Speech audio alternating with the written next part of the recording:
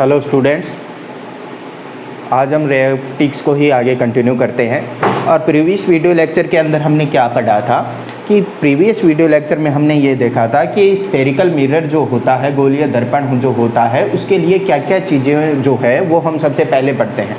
जैसे हमने बात की थी पोल या ध्रुव की कि पोल क्या होता है, और उसके बाद में हमने बात की थी एप्रेशर के बारे में, एप्रेशर क्या होता है, द्वारक जिसे हम बोलते हैं वो क्या होता है, और फोकस क्या होता है, प्रिंसिपल फोकस क्या होता है, प्रिंसिपल एक्सिस क्या होती है, सेंटर ऑफ कर्वेचर क्या होता है। इन सब के अंदर हमने एक एक बार जो है वो सारा कुछ देख लिया था, दोनों ही कॉनकेव और कॉन्वेक्स मिरर के लिए। अब हम देखते हैं कि प्रिंसिपल फोकस जो होता है उसको हम लोग थोड़ा अच्छे से कैसे डिफाइन कर सकते हैं, क्योंकि प्रिंसिपल फोकस के लिए जब आप रे डायग्राम बनाओगे तब भी उसका यूज आएगा, और सेंटर ऑफ कर्वेचर जो है उसका भी थोड़ा बहुत यूज जो है वो जब आप रे डायग्राम बनाते हो तो उस टाइम यूज में आता है। तो प्रिंसिपल फोकस के बारे में हम लोग बातें करते हैं कि प्रिंसिपल फोकस जो होती है वो किस तरीके से इम्पोर्टेंट होती है। प्रिंसिपल फोकस या फोकस पॉइंट, मुख्य फोकस जिसे हम बोलते हैं, प्रिंसिपल फोकस या फिर हम इसे क्या बोलते हैं, मुख्य फोकस या फोकस बिंदु। तो मुख्य फोकस या प्रिंसिपल फोकस जो है उसका यूज किस तरीके से होता है। तो चलिए हम स्टार्ट करते हैं कि आपके पास कोई इस तरीके का मिरर है जिसकी बाहर वाली जो साइड है, ये बाहर वाली साइड पर सिल्वर की पॉलिश कर दी। तो आप क्या ये बता सकते हैं ये मिरर जो है वो कौन सा है? ज़रूर बता सकते हैं। ये वाला जो मिरर है वो है हमारे पास कॉनकेव मिरर। कौन सा मिरर है? कॉनकेव मिरर है, यानी अवतल दर्पण है, कॉनकेव मिरर है। अब देखिए क्या होगा, इसके लिए मैं अगर एक बिल्कुल सेंटर से पास आउट होने वाली लाइन खींच दूँ, तो बिल्कुल सेंटर से पास आउट होने वाली लाइन मैं खींच रहा हूँ जो इस प्लेन मिरर के बिल्कुल क्या है, परपेंडिकुलर है। इस प्लेन मिरर के बिल्कुल परपेंडिकुलर है। जब इस प्लेन मिरर के बिल्कुल परपेंडिकुलर है तो मैं इस वाली लाइन को क्या बोलता हूँ, मैं इस वाली लाइन को बोलता हूँ प्रिंसिपल एक्सिस। इस लाइन को क्या बोलता हूँ, प्रिंसिपल एक्सिस बोलता हूँ। अब देखो प्रिंसिपल फोकस की बात करेंगे हम लोग, तो हमारे पास यहाँ पर इस लाइन पर 3 पॉइंट होते हैं। 3 पॉइंट कौन कौन से? सबसे पहले ये वाला पॉइंट, इस पॉइंट को क्या बोला जाता है, पोल बोला जाता है, कल हमने देखा था। उसके बाद में इससे कुछ डिस्टेंस बाद में आता है यहाँ पर एक पॉइंट जिसे हम बोलते हैं प्रिंसिपल फोकस या फोकस पॉइंट, मुख्य फोकस बोलते हैं। और उसके बाद में अपने पास एक पॉइंट आता है यहाँ पर, इसे हम लिखते हैं सी से, और ये क्या होता है आपके पास, ये होता है centre of curvature, centre of curvature, ठीक है, वक्रता केंद्र। अब देखो फोकस जो है इसकी डेफिनेशन हमने क्या लिखी थी, फोकस की हमने डेफिनेशन क्या लिखी कि कोई लाइट रे अगर प्रिंसिपल एक्सिस के पैरेलल मिरर पर आ रही है, कोई लाइट रे प्रिंसिपल एक्सिस के पैरेलल अगर इस मिरर पर इंसिडेंस हो रही है तो वो रिफ्लेक्ट होकर प्रिंसिपल एक्सिस के जिस पॉइंट पर इंटरसेक्ट करती है, रिफ्लेक्शन हुआ यहाँ पर, रिफ्लेक्शन होने के बाद में वो प्रिंसिपल एक्सिस को जिस पॉइंट पर इंटरसेक्ट करती है, मुख्य एक्स को जिस बिंदु पर वो काटती है, वह बिंदु क्या बोला जाता है, मेन फोकस या प्रिंसिपल फोकस बोला जाता है। अब यहाँ पर अगर हम एक जो है वो नॉर्मल ड्रॉ करते हैं, क्योंकि जब हम रिफ्लेक्शन को देखेंगे तो रिफ्लेक्शन को देखने के लिए हमें यहाँ पर नॉर्मल चाहिए कि कितना एंगल बनाते हुए लाइट रे आई है और कितना एंगल बनाते हुए वो जाएगी। तो जब मैं यहाँ पर इस पॉइंट पर नॉर्मल ड्रॉ करूँ तो मैं कहूँगा कि यहाँ पर जो मैं नॉर्मल ड्रॉ करूँगा वो इस वाली लाइन के बिल्कुल क्या होना चाहिए, परपेंडिकुलर होना चाहिए। तो मैं अगर यहाँ पर एक नॉर्मल ड्रॉ करता हूँ तो वो नॉर्मल जो है वो हमेशा उस स्फेरिकल मिरर के सेंटर ऑफ कर्वेचर को क्रॉस करते हुए जाएगा। यानी अगर मैं नॉर्मल ड्रॉ करता हूं तो जो नॉर्मल है वो हमेशा वक्रता केंद्र पर ही प्रतिच्छेद करेगा। तो ये वाला एंगल जितना होगा उतना ही एंगल क्या हो जाएगा, ये वाला हो जाएगा। तो प्रिंसिपल एक्सिस को ही हम डिफाइन कर रहे हैं कि कोई पैरेलल लाइट रे आ रही है तो वो पैरेलल लाइट रे इस स्फेरिकल मिरर से रिफ्लेक्ट होने के बाद में प्रिंसिपल एक्सिस को जिस पॉइंट पर इंटरसेक्ट करती है या फिर प्रिंसिपल एक्सिस को जब वो क्रॉस करेगी तो जिस पॉइंट पर वो क्रॉस कर रही है रिफ्लेक्टेड रे, वो पॉइंट क्या बोला जाता है, फोकस बोला जाता है। अब इसी तरीके से इसको मैं ऐसे भी लिख सकता हूं कि कोई लाइट रे जो है वो फोकस से होकर अगर मिरर तक आ रही है, कोई लाइट रे जो है वो फोकस से होकर अगर मिरर तक आ रही है, कोई इंसिडेंट लाइट रे, तो वो इस मिरर से रिफ्लेक्ट होने के बाद में प्रिंसिपल एक्सिस के पैरेलल होकर चली जाएगी। यानी कोई लाइट रे जो है वो इस फोकस से पास होकर इस गोलीय दर्पण तक आ रही है, तो वो इस गोलीय दर्पण से परावर्तन के पश्चात इस प्रिंसिपल एक्सिस या मुख्य एक्स के समांतर होते हुए वापिस चली जाएगी। तो अब अगर हम मुख्य फोकस ही बनाए कॉन्वेक्स मिरर के लिए, तो कॉन्वेक्स मिरर के लिए अगर हम इसी की बात करें तो सबसे पहले तो हम कॉन्वेक्स के लिए अगर हम इसी की बात करें तो सबसे पहले तो हम कॉन्वेक्स मिरर बनाते हैं। कॉन्वेक्स मिरर जो है वो किस टाइप का हो जाएगा आपके पास, तो मैं कहूँगा कॉन्वेक्स मिरर जो है वो ऐसा मिरर होता है जिसके अंदर वाली जो सरफेस है उसके ऊपर हम लोग सिल्वर की पॉलिश करते हैं। अंदर वाली साइड हमने क्या कर दी, सिल्वर की पॉलिश कर दी। तो सिल्वर की पॉलिश कर देता हूँ मैं, इसको दो बराबर पार्ट्स के अंदर डिवाइड कर देता हूँ, तो यही आपकी जो एक्सिस है वो क्या बन गई, प्रिंसिपल एक्सिस बन गई है। इसका ये वाला जो पॉइंट है वो क्या बोला जाएगा, ये वाला पॉइंट बोला जाएगा पोल। ठीक है, उसके बाद में अगर हम बात करें प्रिंसिपल फोकस की तो उससे पहले हम देख लेते हैं सेंटर ऑफ कर्वेचर। तो सेंटर ऑफ कर्वेचर यानी जिस स्फीयर का ये पार्ट है स्फेरिकल मिरर उसका सेंटर, यानी जो सेंटर ऑफ कर्वेचर है वो कहीं यहीं पर है इसका, इसे हमने बोल दिया सेंटर ऑफ कर्वेचर। अब इसके प्रिंसिपल फोकस की हम बात करें तो देखो क्या होगी, तो मैं कहूँगा कि पैरेलल लाइट रे आनी चाहिए। तो पैरेलल लाइट रे जो है वो इस तरीके से आ रही है, इस पर पैरेलल लाइट रे आ रही है। अब ये पैरेलल लाइट रे इस स्फेरिकल मिरर से जब रिफ्लेक्ट होंगी तो रिफ्लेक्ट होने के बाद में वो जिस पॉइंट पर इंटरसेक्ट करती हैं प्रिंसिपल एक्सिस के, वो पॉइंट हो जाता है प्रिंसिपल फोकस। तो इस लाइट रे का रिफ्लेक्शन शो करने के लिए सबसे पहले हमें नॉर्मल बनाना पड़ेगा। तो मैं अगर इस पॉइंट पर नॉर्मल बनाऊं तो हमने क्या कहा कि अगर मैं नॉर्मल ड्रॉ करूंगा तो वो नॉर्मल हमेशा सेंटर ऑफ कर्वेचर को पास आउट होगा या सेंटर ऑफ कर्वेचर से हमेशा पास आउट होगा। तो यहाँ पर अगर मैं एक नॉर्मल ड्रॉ करता हूँ तो वो नॉर्मल जो है वो सेंटर ऑफ कर्वेचर को हमेशा सेंटर ऑफ कर्वेचर से पास आउट होगा। तो ये हमने यहाँ पर एक नॉर्मल ड्रॉ कर लिया। ठीक है, ये वाला जो पॉइंट है सेंटर ऑफ कर्वेचर, ये सेंटर ऑफ कर्वेचर से ये नॉर्मल जो है वो पास आउट होगी। अब देखो हमने क्या कहा कि जितना एंगल बनाते हुए ये लाइट रे आई थी उतना ही एंगल बनाते हुए ये लाइट रे जो है वो रिफ्लेक्ट हो जाएगी। तो उतना ही एंगल बनाते हुए अगर ये लाइट रे जो है वो रिफ्लेक्ट हो जाएगी तो मैं कहूँगा लाइट रे का रिफ्लेक्शन हो गया इधर।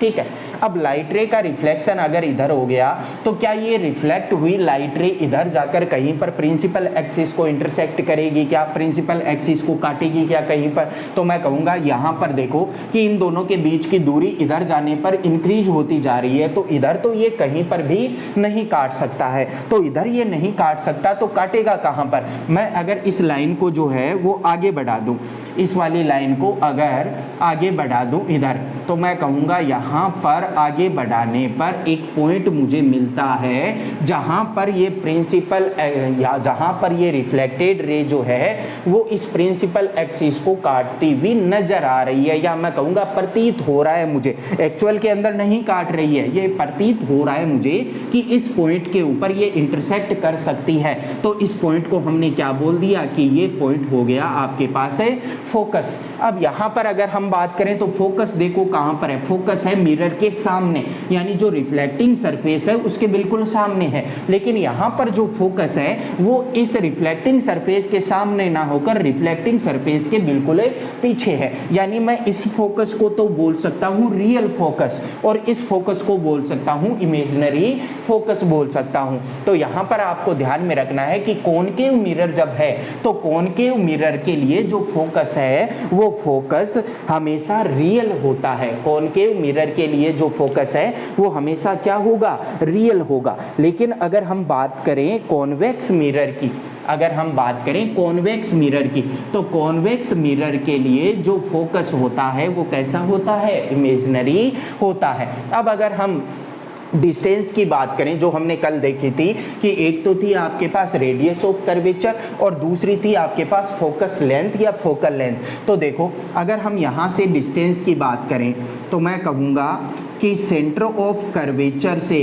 पोल के बीच की जो डिस्टेंस होती है इसे हम बोलते हैं रेडियस ऑफ कर्वेचर। ठीक है, तो यहाँ पर भी अगर हम देखें तो पोल है आपके पास और ये रहा सेंटर ऑफ कर्वेचर, इन दोनों के बीच की जो डिस्टेंस है उसे हम बोलेंगे रेडियस ऑफ कर्वेचर। तो रेडियस ऑफ कर्वेचर की अगर हम बात करें तो इसके लिए वो वैल्यू जो है रेडियस ऑफ कर्वेचर की वो अगर हम बात करें तो कैसी आएगी, तो मैं कहूँगा इसके लिए जो रेडियस ऑफ कर्वेचर की वैल्यू आ रही है वो रियल वैल्यू आ रही है। लेकिन इसके लिए जो रेडियस ऑफ कर्वेचर की वैल्यू आएगी वो क्या आएगी, इमेजिनरी आएगी। या फिर मैं ऐसे भी बोल सकता हूं कि इसके लिए जो रेडियस ऑफ कर्वेचर की वैल्यू है और इसके लिए जो रेडियस ऑफ कर्वेचर की वैल्यू है दोनों अपोजिट है, दोनों का साइन जो है वो कैसा होगा, अपोजिट होगा। क्योंकि एक के अंदर हम डिस्टेंस मेजर कर रहे हैं पोल से सेंटर ऑफ कर्वेचर की तरफ और दूसरे के अंदर हम डिस्टेंस मेजर कर रहे हैं pole to centre of curvature की तरफ, लेकिन डायरेक्शन देखो मेजर करने की, इसके अंदर डायरेक्शन है माइनस एक्स एक्सिस की ओर और इसके अंदर डायरेक्शन है प्लस एक्स एक्सिस की ओर। तो कौन सी पॉजिटिव होगी कौन सी नेगेटिव होगी वो तो हम साइन कन्वेक्शन पढ़ने के बाद में डिस्कस करेंगे। लेकिन अभी हम ये देख सकते हैं कि जो आर है आपके पास वो उन दोनों ही, अगर कॉनकेव और कॉन्वेक्स मिरर की कंपैरिजन करें तो दोनों के लिए जो आर आएगी उनके अंदर साइन का डिफरेंस आएगा और इसी तरीके से साइन का डिफरेंस आएगा फोकस लेंथ के अंदर भी। क्योंकि फोकस लेंथ की अगर मैं बात करूं, फोकल लेंथ की अगर मैं बात करूं तो इसे रिप्रेजेंट किया जाता है स्मॉल एफ से। अगर कॉनकेव मिरर की बात करेंगे तो फोकल लेंथ जब मैं मेजर करूं तो माइनस एक्स की डायरेक्शन में मेजर कर रहा हूं, जबकि अगर मैं यहां पर फोकस लेंथ की बात करूं तो वो जो फोकस लेंथ है वो मैं मेजर कर रहा हूं प्लस एक्स की डायरेक्शन के अंदर। तो यहां पर भी आपको पॉजिटिव और नेगेटिव देखना पड़ेगा कि कौन से के लिए पॉजिटिव आएगा और कौन से के लिए नेगेटिव आएगा, कि कौन से के लिए पॉजिटिव आएगा और कौन से के लिए नेगेटिव आएगा। तो चलिए और अगर हम बात करें इसी के अंदर तो मैं कहूँगा कि अगर लाइट रे जो है, जो लाइट रे जो है वो अगर इस तरीके से यहाँ पर आ रही है, ठीक है, लेकिन वो यहाँ से मिरर से रिफ्लेक्ट होने के बाद में इस प्रिंसिपल एक्सिस के पैरेलल होती हुई निकल जाए, तो पैरेलल होती हुई निकल जाएंगी तो मैं कहूँगा कि जिस पॉइंट पर ये लाइट रे जो हैं वो मिल रही हैं या प्रिंसिपल एक्सिस को जिस पॉइंट पर ये लाइट रे जो है वो इंटरसेक्ट कर रही है वो क्या हो जाएगा, प्रिंसिपल फोकस हो जाएगा। तो प्रिंसिपल फोकस के अंदर अपने को ध्यान में क्या रखना है कि लाइट रे रिफ्लेक्ट होने के बाद में प्रिंसिपल एक्सिस को जिस पॉइंट पर इंटरसेक्ट करती है वो पॉइंट क्या होता है, प्रिंसिपल फोकस होता है। तो आपको ये चीज़ जो प्रिंसिपल फोकस वाली है वो क्लियर हो गई होगी। अब चलिए नेक्स्ट टॉपिक की बात करते हैं हम लोग। इसमें आप दोनों डायग्राम को नोट डाउन कीजिए।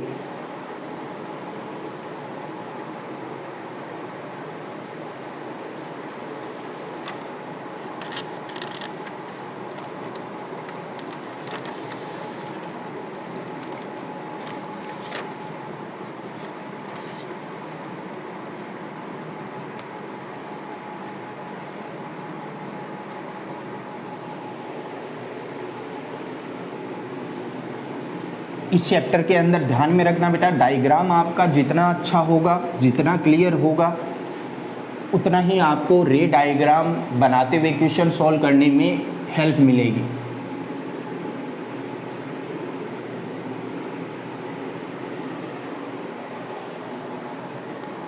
चलिए एक छोटा सा एग्जाम्पल जो है वो देखते हैं हम लोग।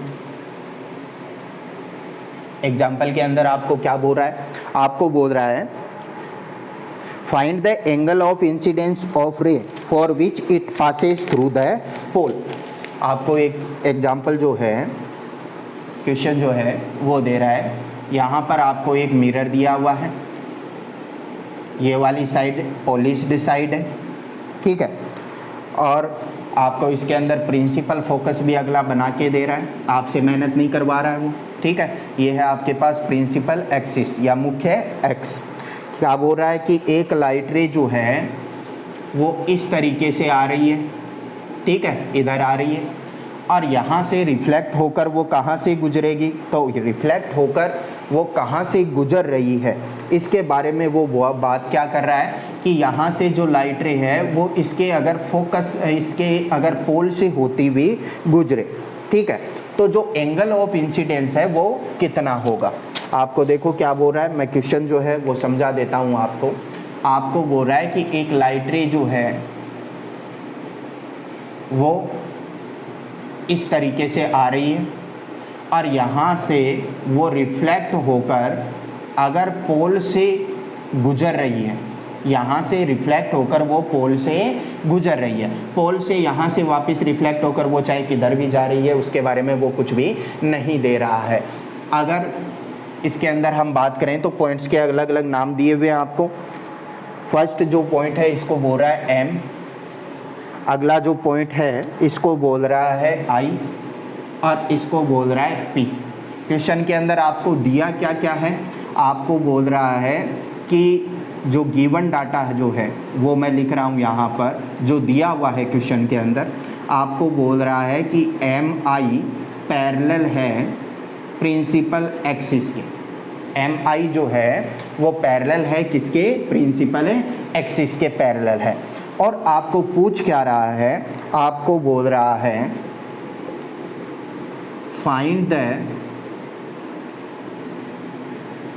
Angle of incidence, find the angle of incidence for which light रे passing through light ray passing through pole, passing through pole after reflection at point I। आपको वो एंगल ऑफ इंसिडेंस बताना है जिसके लिए जो लाइट रे है वो रिफ्लेक्ट होने के बाद में पोल से गुजरेगी। यानी हिंदी के अंदर मैं इसी क्वेश्चन को लिखना चाहूँ तो उस आपतन कोण का मान बताइए, उस आपतन कोण का मान बताइए जिसके लिए प्रकाश किरण, जिसके लिए प्रकाश किरण ध्रुव P से होकर गुजरे परावर्तन के बाद में, ठीक है, परावर्तन के बाद में कहाँ से होकर गुजरे, ध्रुव से होकर गुजरे। तो आपको ये क्वेश्चन जो है वो दे रखा है। अब देखिए क्वेश्चन को ध्यान से समझना है अपने को। सबसे पहली बात तो कि ये जो क्वेश्चन है वो कन्फ्यूजन क्रिएट करता है थोड़ा, किस तरीके से कि अगर पैरेलल लाइट रे है, ठीक है, तो पैरेलल लाइट रे अगर हैं तो वो यहाँ पर जब रिफ्लेक्शन होगा तो रिफ्लेक्ट होने के बाद में वो इसके प्रिंसिपल फोकस से होकर गुजरनी चाहिए।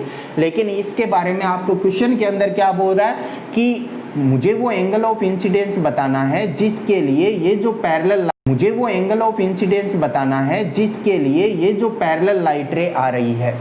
अब इस पैरेलल लाइट रे को ध्यान से देखिए कि ये जो पैरेलल लाइट रे यहाँ पर है वो प्रिंसिपल एक्सिस के तो पैरेलल है, लेकिन वो मिरर के पैरेलल नहीं है। कैसे मिरर के पैरेलल नहीं है?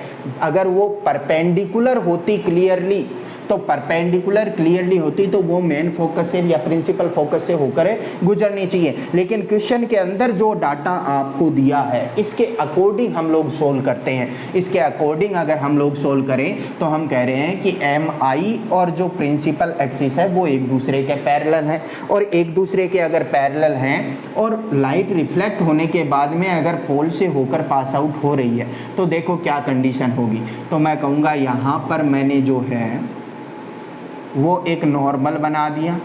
अब मैं कहूँगा नॉर्मल प्रिंसिपल एक्सिस को जिस पॉइंट पर इंटरसेक्ट करता है वो कौन सा पॉइंट होता है, सेंटर ऑफ कर्वेचर वक्रता बिंदु होता है यहाँ पर। चलिए ये वाला एंगल जो है, ये वाला एंगल आपको फाइंड करना है। इस एंगल की वैल्यू है आपके पास थीटा। अगर थीटा एंगल पर कोई लाइट रे आ रही है तो जो लॉ ऑफ रिफ्लेक्शन है उसके अकॉर्डिंग थीटा एंगल बनाते ही वो वापस जाएगी। यही था अपने पास लॉ ऑफ रिफ्लेक्शन, जो परावर्तन का नियम है उसके अनुसार आपतन कोण और परावर्तन कोण क्या होते हैं, बराबर होते हैं। तो ये वाला एंगल कितना हो गया आपके पास, थीटा हो गया। अब देखो कि अगर एम आई और प्रिंसिपल एक्सिस दोनों एक दूसरे के पैरेलल हैं तो ये वाला एंगल जितना होगा क्या उतना ही ये वाला एंगल भी होगा क्या। देखो ये दोनों ही क्या हैं, पैरेलल हैं। अगर ये दोनों पैरेलल हैं तो मैं कहूँगा ये वाला एंगल यानी एंगल आई जितना होगा उतना ही यहाँ पर सी पर जो ये एंगल बन रहा है वो होगा। यानी ये दोनों एंगल जो हैं वो क्या होंगे, इक्वल होंगे। दोनों एंगल क्या होंगे, इक्वल होंगे। अब देखो यहाँ पर अगर हम और बात करें तो मैंने कह दिया ये वाला एंगल थीटा, ये वाला एंगल भी कितना हो गया, थीटा हो गया आपके पास। अब अगर ये वाला जो प्लेन मिरर है इसका एपरेचर अगर छोटा हो, बहुत स्मॉल हो, इसका एपरेचर अगर स्मॉल हो तो मैं कहूँगा आई जो है वो पॉइंट अप्रोक्स कहाँ पर हो सकता है, वो पी पॉइंट के ऊपर हो सकता है। या फिर मैं यहाँ पर लगा दूँ कि आई पॉइंट जो है वो पी पॉइंट के बिल्कुल नज़दीक होगा, और आई पॉइंट अगर पी पॉइंट के बिल्कुल नज़दीक होगा तो मैं कहूँगा सी आई साइड की लेंथ, सी आई भुजा की लंबाई और सी पी भुजा की लंबाई क्या होंगी, बराबर होंगी। तो मैं यहाँ पर क्या कंडीशन यूज में कर रहा हूँ, मैं कंडीशन यूज कर रहा हूँ कि if aperture of mirror is small, और ये वाली जो मैं कंडीशन यूज कर रहा हूँ ना ये आपको इस चैप्टर के अंदर ज़्यादातर जगह यूज लेके चलनी है कि अगर एपरेचर स्मॉल हो यानी बहुत छोटा मिरर हो, अगर बहुत छोटा मिरर है तो ये जो आई पॉइंट है वो पी पॉइंट के क्या होगा, बहुत ज़्यादा नज़दीक होगा, और बहुत ज़्यादा नज़दीक हो जाएगा तो मैं कहूँगा जो ये सी आई लेंथ है वो सी पी लेंथ के क्या होगी, अप्रॉक्स इक्वल होगी। तो मैं यहाँ पर लिखूँगा कि सी आई इज इक्वल टू किसके हो जाएगा, सी आई इज इक्वल टू हो जाएगा पी सी के। अब देखो अगर मैं इस ट्राइंगल की बात करूं, कौन से ट्राइंगल की, सी पी आई की, मैं अगर ट्राइंगल सी पी आई की बात करूं, त्रिभुज सी पी आई की बात करूं तो इस त्रिभुज के अंदर देखो कि ये दोनों कोण जो हैं वो पहले से बराबर हैं एक दूसरे के, और उसके बाद में एक भुजा दूसरी भुजा के क्या भी है, बराबर भी है। यानी इस त्रिभुज सी पी आई के अंदर मैं बोलूँगा कि दो कोण बराबर हैं। दो कोण कौन कौन से बराबर हैं, तो फर्स्ट मैं बात करूंगा कि एंगल कौन सा है, ये वाला एंगल, तो मैं लिखूंगा इसको C I P, angle C I P equal है किसके, एंगल आई सी पी के। बिल्कुल करेक्ट लिखा है क्या मैंने कि एंगल जो है अपने पास वो एंगल सी आई पी और एंगल आई सी पी जो है वो क्या है, इक्वल हैं। दूसरी बात इसके अंदर मैं क्या लिख सकता हूँ, दूसरी बात हमने ये वाली एज्यूम की तो इस वाली के आधार पर मैं क्या बोल सकता हूँ कि जो सी आई लंबाई है वो किसके इक्वल हो जाएगी, पी सी लंबाई के इक्वल हो जाएगी। जब सी आई और पी सी बराबर है और दो कोण, एक ही त्रिभुज के दो कोण बराबर हैं और एक ही त्रिभुज की दो भुजाएं बराबर हैं। ये हम कोई दो त्रिभुज की बात नहीं कर रहे हैं कि दोनों को सर्वांग या सममित हम लोग बोल रहे हैं, नहीं, एक ही त्रिभुज की बात कर रहे हैं, एक ही ट्राइंगल की बात कर रहे हैं। एक ही ट्राइंगल के अंदर यदि दो कोण बराबर हो, दो एंगल इक्वल हो और अगर दो कोई साइड इक्वल हो, दो साइड इक्वल हो, तो मैं क्या कह सकता हूं इसके बेसिस पर? इसके बेसिस पर मैं ये बोल सकता हूं कि जो यहां पर तीसरा एंगल बन रहा है वो तीसरा एंगल भी इक्वल होगा। तीसरा एंगल कौन सा है? तीसरा एंगल है ये वाला आपके पास, तो ये वाला एंगल भी कितना होगा? थीटा होगा। तो मैं क्या कह सकता हूं? मैं क्या कह सकता हूं? तीसरी बात मैं बोलूंगा कि एंगल IPC जो है वो भी इन दोनों ही एंगल के इक्वल होगा, यानी वो CIP और ICP एंगल के इक्वल होगा। और वो एंगल किसके इक्वल है? थीटा के इक्वल। तो थीटा के इक्वल ही ये वाला एंगल हो गया। अब आपको क्वेश्चन के अंदर पूछ क्या रहा है? आपको पूछ रहा है find the angle of incidence. Angle of incidence कितना है? थीटा। तो थीटा की वैल्यू अगर हमें देखनी है तो देखो ये वाला ट्राइंगल देखो आप लोग, इस वाला ट्राइंगल जो हम ये वाला ट्राइंगल लेके चल रहे थे CPI, तो मुझे पता है कि एक ट्राइंगल का टोटल जो एंगल होते हैं इंटरनल एंगल, उनका सम कितना होता है? एक त्रिभुज के तीनों कोणों का योग कितना होता है? तो मैं कहूंगा तीनों कोणों का जो योग है वो कितना होता है? 180 डिग्री होता है। तीनों कोणों का जो योग है वो कितना होता है? 180 डिग्री होता है। तो 180 डिग्री कर दो, ये रहा आपके पास थीटा, ये रहा आपके पास थीटा और ये रहा आपके पास थीटा। तो मैं क्या लिखूंगा? मैं लिखूंगा 3 थीटा बराबर 180 डिग्री। तो थीटा का मान जो है वो कितना आ गया? 180/3 यानी 60 डिग्री। तो आपको एंगल ऑफ इंसिडेंस जो है वो कितना मिल गया? 60 डिग्री मिल गया। तो इस क्वेश्चन के अंदर हमें क्या ध्यान में रखना है कि आपको डायग्राम ध्यान में रखना है और थोड़ी सी जो 10th वाली मैथ की ट्रिक है कि कब तो कोई भी दो जो ट्राइंगल हैं, दो ट्राइंगल की मैं बात कर रहा हूं, कोई भी दो ट्राइंगल जो हैं वो कब तो एक दूसरे के इक्वल होंगे, कैसे मैं साइड्स को उनको इक्वल कर सकता हूं, या कितने एंगल मुझे देखने पड़ेंगे, या मैं बोलूं कि कोई भी दो त्रिभुज जो हैं वो कब सर्वांग सम होते हैं, कब वो सममित होते हैं, क्या क्या भुजाएं उनमें बराबर होनी चाहिए, क्या क्या कोण जो है वो उनमें बराबर होनी चाहिए। ये चीज़ें आपको मस्ट है आनी चाहिए, क्योंकि जैसे जैसे हम टॉपिक के अंदर आगे बढ़ेंगे इस जो डायग्राम हम बना रहे हैं इसकी जो जटिलता है वो आगे की ओर बढ़ती जाएगी, यानी वो और ज़्यादा जटिल ये डायग्राम होता जाएगा। तो चलिए इस क्वेश्चन को नोट डाउन कीजिए। नेक्स्ट क्वेश्चन हम लोग देखते हैं।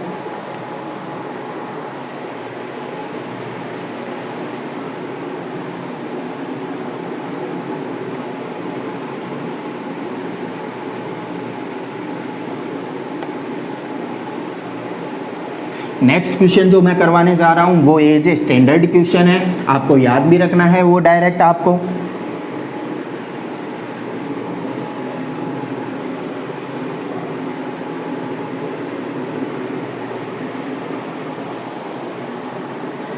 चलिए नेक्स्ट क्वेश्चन की अगर हम बात करें तो नेक्स्ट क्वेश्चन बहुत ही सिंपल सा छोटा सा क्वेश्चन है। कैसे? मैं पूछ रहा हूं इसके अंदर find the relation between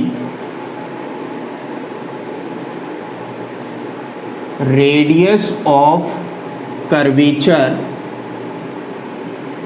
and focal length आपको बोल रहा है कि centre of radius of curvature और फोकल लेंथ जो है इनमें क्या रिलेशन होगा। यानी हिंदी के अंदर मैं लिखना चाहूँ तो मैं बोलूँगा वक्रता त्रिज्या व फोकस दूरी में क्या संबंध है। और कई बार ये 12th बोर्ड के अंदर एक एक दो दो नंबर के क्वेश्चन के अंदर पूछा गया है, ठीक है, क्योंकि छोटा सा इसका सॉल्यूशन है तो 1 नंबर या 2 नंबर के क्वेश्चन जो है वो 12th बोर्ड के एग्जाम के अंदर ये पूछा गया है। अब देखिए अगर हमें रेडियस ऑफ कर्वेचर और फोकस लेंथ के अंदर रिलेशन देखना है तो मैं कहूँगा सबसे पहले हम लोग एक डायग्राम बना लेते हैं, क्योंकि हमें पता तो चले कि ये कौन सी लेंथ की बातें कर रहा है, क्योंकि अभी तो हमने चैप्टर स्टार्ट ही किया है। तो चलिए मैंने यहाँ पर एक प्रिंसिपल एक्सिस बना दी, ये है आपके पास प्रिंसिपल एक्सिस। अगर ये प्रिंसिपल एक्सिस है तो ये हो गया आपके पास पोल। ठीक है, ये ध्यान में पॉइंट जो है वो आपको एकदम ध्यान में रखने हैं। अब देखो हमें क्या लेना है, हमें अपनी थ्योरी यूज करनी है। कैसे कि मैं बोलूँगा कि यहाँ से अगर कोई पैरेलल लाइट रे आ रही है, पैरेलल लाइट रे आ रही है, तो वो पैरेलल लाइट रे जो है उसके लिए मैं यहाँ पर जो है वो बनाऊँगा एक नॉर्मल, और वो नॉर्मल जिस पॉइंट से पास आउट होता है वो कौन सा होता है, सेंटर ऑफ कर्वेचर, वक्रता केंद्र। जितना एंगल बना रही है ये यहाँ पर, उतना ही एंगल बनाते हुए ये वापस चली जाएगी। मैं इस एंगल को ले लेता हूँ एंगल आई। ठीक है, तो उतना ही एंगल बनाते हुए अगर ये वापस चली जाएगी तो मैं कहूँगा उतना ही एंगल हम बनाएंगे यहाँ पर। ठीक है, उतना ही एंगल जो है वो हम यहाँ पर बनाएंगे, और उतना ही एंगल बनाते हुए हम इसे वापस से भेज देंगे। इस तरीके से हमने इसे भेज दिया वापस। अब देखो क्या होगा, उतना ही एंगल बना, यानी ये वाला एंगल आई है तो आपतन कोण परावर्तन कोण के बराबर ये वाला एंगल क्या होगा, बराबर होगा। तो आई और आई ये दोनों एंगल हो गए। नाम दे देते हैं इसे ताकि अच्छा लगे। इसे हमने नाम दे दिया एम, इसे हमने नाम दे दिया एन। ये वाला आपके पास कौन सा पॉइंट होगा, बताओ जरा कौन सा पॉइंट होगा ये वाला पॉइंट क्या होगा आपके पास कि पैरेलल लाइट रे जो है वो रिफ्लेक्ट होने के बाद में किस पॉइंट पर इंटरसेक्ट करती है प्रिंसिपल एक्सिस को, वो पॉइंट होता है फोकस। तो ये फोकस हो गया।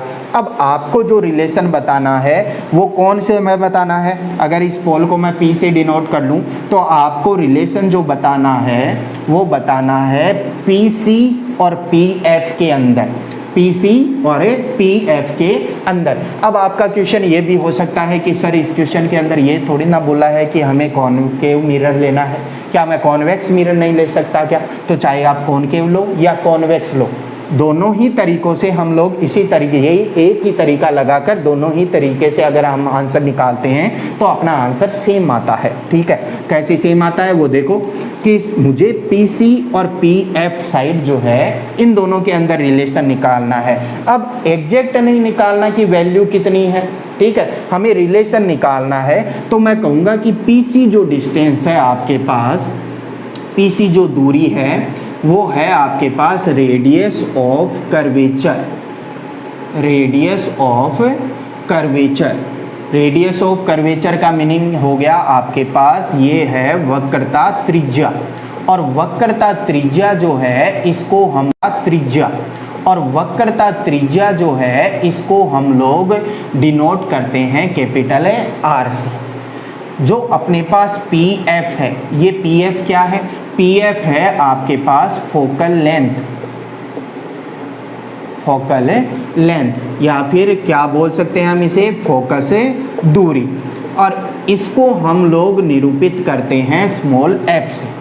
तो आपको R और F के अंदर संबंध निकालना है, यानी PC और PF के अंदर संबंध निकालना है। तो देखो शुरुआत करते हैं कि सब बस मैथमेटिक्स का खेल है यहाँ पर, और वो भी कौन सी, ज्योमेट्रिकल मैथमेटिक्स है यहाँ पर। इसीलिए इस टॉपिक को बोला जाता है ज्योमेट्रिकल ऑप्टिक्स, क्योंकि इसके अंदर डायग्राम जो बनते हैं उसके अंदर आपको बार बार देखना पड़ेगा एंगल कितना हो गया, कौन सी साइड इक्वल होगी। तो देखो सबसे पहली बात कि अगर ये वाली MN और प्रिंसिपल एक्सिस दोनों अगर पैरेलल हैं, MN और प्रिंसिपल एक्सिस अगर पैरेलल हैं, तो दोनों अगर पैरेलल हैं तो मैं कहूँगा ये वाला जितना एंगल है उतना ही क्या होगा, ये वाला एंगल होगा। क्या ये वाला जितना एंगल है उतना ही एंगल है ये वाला होगा, क्योंकि ये दोनों ही लाइनें क्या हैं, पैरेलल हैं। हमने शुरुआत में ही लिया था कि एक पैरेलल लाइट रे आ रही है, तभी तो वो मेन फोकस या प्रिंसिपल फोकस से होकर पास आउट हुई। अब देखो ये वाला एंगल आई है, ये वाला एंगल भी कितना है, आई हो गया।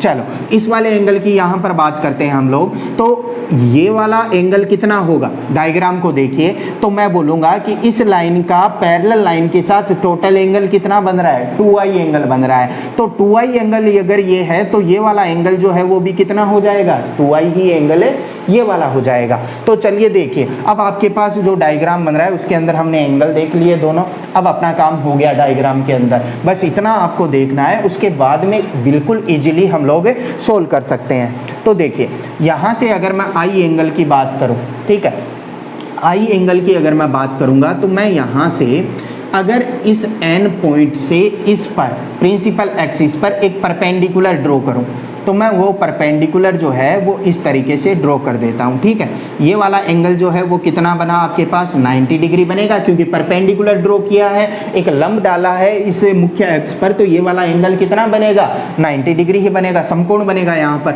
अब देखिए कि अगर ये मैंने क्या कहा था इससे पहले वाले क्वेश्चन के अंदर, एक ऐसी वो क्या बोलते हैं उसे, एक अपने पास जो हमने लाइन लिखी थी, एक अपने पास ऐसी ट्रिक होती है जिसे हम हर क्वेश्चन के अंदर, हर थ्योरी के अंदर यूज करेंगे। क्या कि if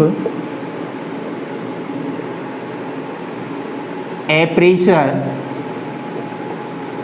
of mirror is very small, यानी जो एपरेचर है इस मिरर का वो क्या है, बहुत छोटा है। ठीक है, द्वारक जो है ये वाला ये बहुत छोटा है। जब द्वारक बहुत छोटा होगा तो मैं कहूँगा एन पॉइंट जो है वो पी पॉइंट के क्या होगा, बिल्कुल नज़दीक हो जाएगा। एन पॉइंट जो है वो पी पॉइंट के क्या हो जाएगा, बिल्कुल नज़दीक हो जाएगा, बिल्कुल नज़दीक हो जाएगा। तो अगर इस पॉइंट को मैं कोई नाम दे दूं, जैसे मान लो इस पॉइंट को हमने नाम दे दिया ए, तो ये ए पॉइंट जो है वो पी पॉइंट के अप्रोक्स सेम ही होगा क्या।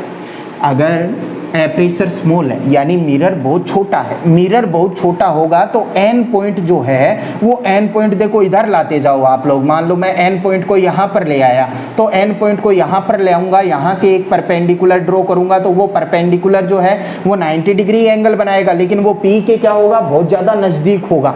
एन पॉइंट को मैं और ज़्यादा नज़दीक ले आऊँ, एन पॉइंट को मैं यहाँ पर ले आऊँ तो फिर मैं यहाँ पर परपेंडिकुलर ड्रॉ करूँगा तो वो बिल्कुल एग्जैक्ट पी पॉइंट पर ही आ जाएगा। तो मैं ये कहना चाह रहा हूँ कि जब एपरेचर स्मॉल है तो जो ये ए वाला पॉइंट है वो ए वाला पॉइंट पी पॉइंट तक ही, या फिर मैं बोल सकता हूँ ए पॉइंट जो है वो पी पॉइंट पर ही हो जाएगा। तो ए पॉइंट अगर पी पॉइंट पर ही हो जाएगा यानी जो पी पर एंगल बनेगा वो पी पर एंगल कितना बनेगा, 90 डिग्री बनेगा। अब जैसे अज्यूम करो कि ये ए पॉइंट यहीं पर आ गया, बिल्कुल यहीं पर आ गया ये वाला ए पॉइंट, तो ये जो ट्राइंगल बन रहा है ये ट्राइंगल कौन सा ट्राइंगल बनेगा, ये क्या एक त्रिभुज जो है वो समकोण त्रिभुज बन रहा है क्या, जिसके अंदर एक जो कोण है वो कितना बनेगा, 90 डिग्री का बनेगा। तो मैं कहूंगा कि if aperture of mirror is very small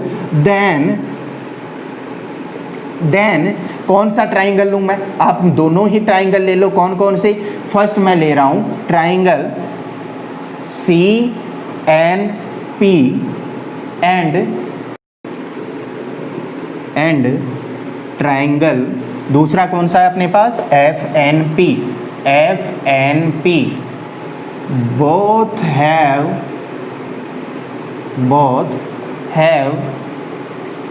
90 degree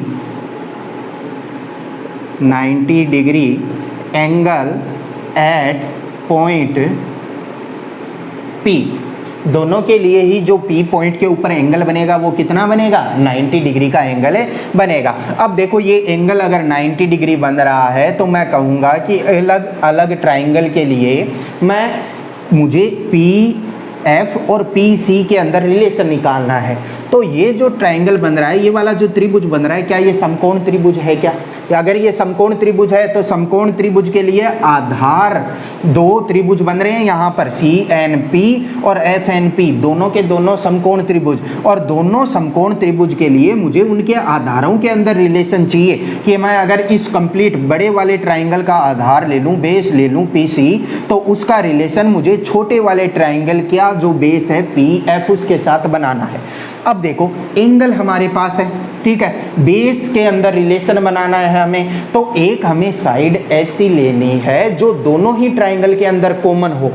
दोनों ही ट्राइंगल के अंदर कॉमन कौन सी साइड है, कौन सी नजर आ रही है आपको इन दोनों ट्राइंगल के अंदर कॉमन, तो मैं बोलूँगा NP वाली जो साइड है वो दोनों ही ट्राइंगल के अंदर कॉमन है। तो चलिए स्टार्ट करते हैं। अगर मैं सबसे पहले बात करूँ ट्राइंगल कौन सा है, CNP की, तो ट्राइंगल CNP के अंदर मुझे बेस में और परपेंडिकुलर के अंदर रिलेशन चाहिए। थीटा के सामने वाली साइड क्या होती है, परपेंडिकुलर होती है, यानी मुझे किस में रिलेशन बनाना है, मुझे बनाना है आधार और लंब के अंदर। तो आधार और लंब के अंदर जो रिलेशन है वो कौन सा होता है, तो मैं कहूँगा वो रिलेशन होता है tan का, कि tan i is equal to किसके हो जाएगा, वो हो जाएगा परपेंडिकुलर अपॉन बेस, लंब अपॉन आधार। लंब कितना, NP अपॉन में आधार कितना, आधार है बड़े वाले ट्रायंगल के लिए PC।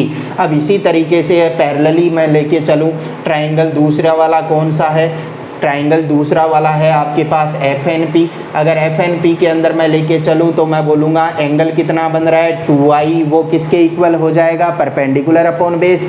तो उसके लिए भी छोटे वाले ट्रायंगल के लिए परपेंडिकुलर NP अपॉन में बेस कितना है, PF बेस है। चलिए यहाँ तक हो गया। अब देखो ये जो हमने यहाँ पर लिया है बात, if aperture of mirror is very small, अगर एपरेचर बहुत स्मॉल होगा, बहुत छोटा होगा, तो ये एन पॉइंट जो है वो यहीं पर आ जाएगा, बिल्कुल P के बिल्कुल पास में होगा। और P के बिल्कुल पास में होगा तो ये जो लाइन यहाँ पर मिला रही है इस C पॉइंट को, वही एन पॉइंट से C पॉइंट को मिलाएगी वापस से। तो मैं बोलूँगा ये वाला जो एंगल बन रहा है यहाँ पर एंगल I, और ये वाला जो एंगल बन रहा है 2i, ये एंगल जो है वो क्या होंगे, बहुत ज़्यादा छोटे होंगे, क्योंकि ये एन पॉइंट जैसे जैसे नज़दीक आता जाएगा, जैसे जैसे नज़दीक आएगा P के, तो ये लाइन नीचे झुकती जाएगी और ये एंगल जो है वो बहुत छोटे होते जाएंगे। तो अगर हम दोनों की ही बात करें तो मैं लिखूंगा कि एंगल I जो है वो बहुत छोटा है, वेरी स्मॉल, बहुत ज़्यादा छोटा है। और बहुत ज़्यादा छोटा है तो मैं क्या लिख सकता हूँ,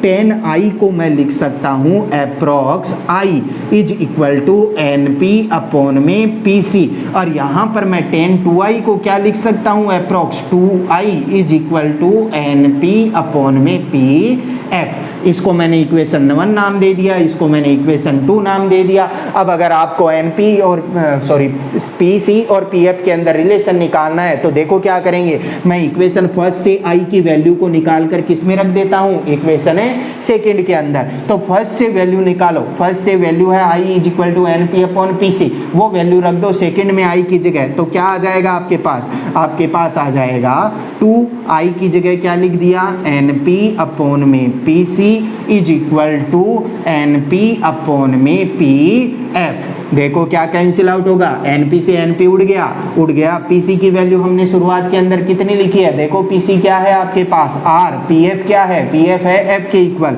तो मैं लिखूंगा 2 upon R is equal to 1 upon F, या थोड़ा इसको सुंदर बना लें तो F इज इक्वल टू किसके आ जाएगा, R बाई 2 के इक्वल आ जाएगा। तो ये रिलेशन आ गया आपके पास फोकस दूरी और वक्रता त्रिज्या के अंदर, जिसे आपको हमेशा ध्यान में रखना है। अब कई बार क्या होता है कि यहाँ पर tan I की जगह मैं साइन कोस I भी ले सकता हूँ। कोस I अगर मैं लूँ तो मैं लिखूंगा कोस I अगर मैं लेता हूँ तो कोस क्या होता है, कोस होता है आपके पास क्या बन जाएगा, लाल बटे कक्का से अगर मैं यूज करूंगा तो आधार बटे कर्ण। आधार तो ये रहा, कर्ण रहा ये वाला आपके पास। तो ये जब बिल्कुल इसके नजदीक आ जाएगा तो ये वाली साइड और ये वाली साइड जो है वो बिल्कुल इक्वल हो जाएंगी, और बिल्कुल इक्वल हो जाएंगी तो जब आप कोस I और कोस 2i की वैल्यू निकालते हो तो भी अपने पास जो रिजल्ट आएगा वो सेम आएगा। मुझे tan I का कॉन्सेप्ट जो है वो ज़्यादा इजी लगा, इसीलिए मैंने आपको tan I से बता दिया है। आप घर पे ट्राई कर सकते हैं कोस I के लिए भी, तो उससे भी जो रिजल्ट आएगा वो क्या आएगा आपके पास, सेम आएगा। अब ये फोकस दूरी और वक्रता त्रिज्या के अंदर संबंध आ गया अपने पास। तो इस संबंध को मैं क्या लिख सकता हूँ, मैं क्या बोलूँगा इस संबंध को, मैं बोलूँगा कि फोकस दूरी वक्रता त्रिज्या के आधे के बराबर होती है। या फिर मैं लिख सकता हूँ half of radius of curvature, half of radius of curvature is equal to focal length, is equal to focal length. क्या लिख सकता हूं मैं, वक्रता त्रिज्या का आधा लिख सकता हूं मैं वक्रता त्रिज्या का आधा फोकस लंबाई के बराबर होता है या फोकस दूरी के बराबर होता है। और इसे आपको हमेशा MTR करके रखना है, मुझे तुझे रटना है, रट के हमेशा रखना है इस चीज को, लेकिन वो भी समझते हुए। तो आज की वीडियो लेक्चर के अंदर हम इतना ही डिस्कस करते हैं। नेक्स्ट वीडियो लेक्चर के अंदर हम और सारी चीज़ें जो हैं वो अच्छी सी इसके डिस्कस करेंगे। तो अगर आपको इसके अंदर कोई भी प्रॉब्लम हो तो आप कमेंट बॉक्स के अंदर बोल सकते हैं, पूछ सकते हैं मुझसे। तो आज के वीडियो लेक्चर के अंदर इतना ही, बाकी हम नेक्स्ट वीडियो लेक्चर के अंदर देखते हैं। Thank you.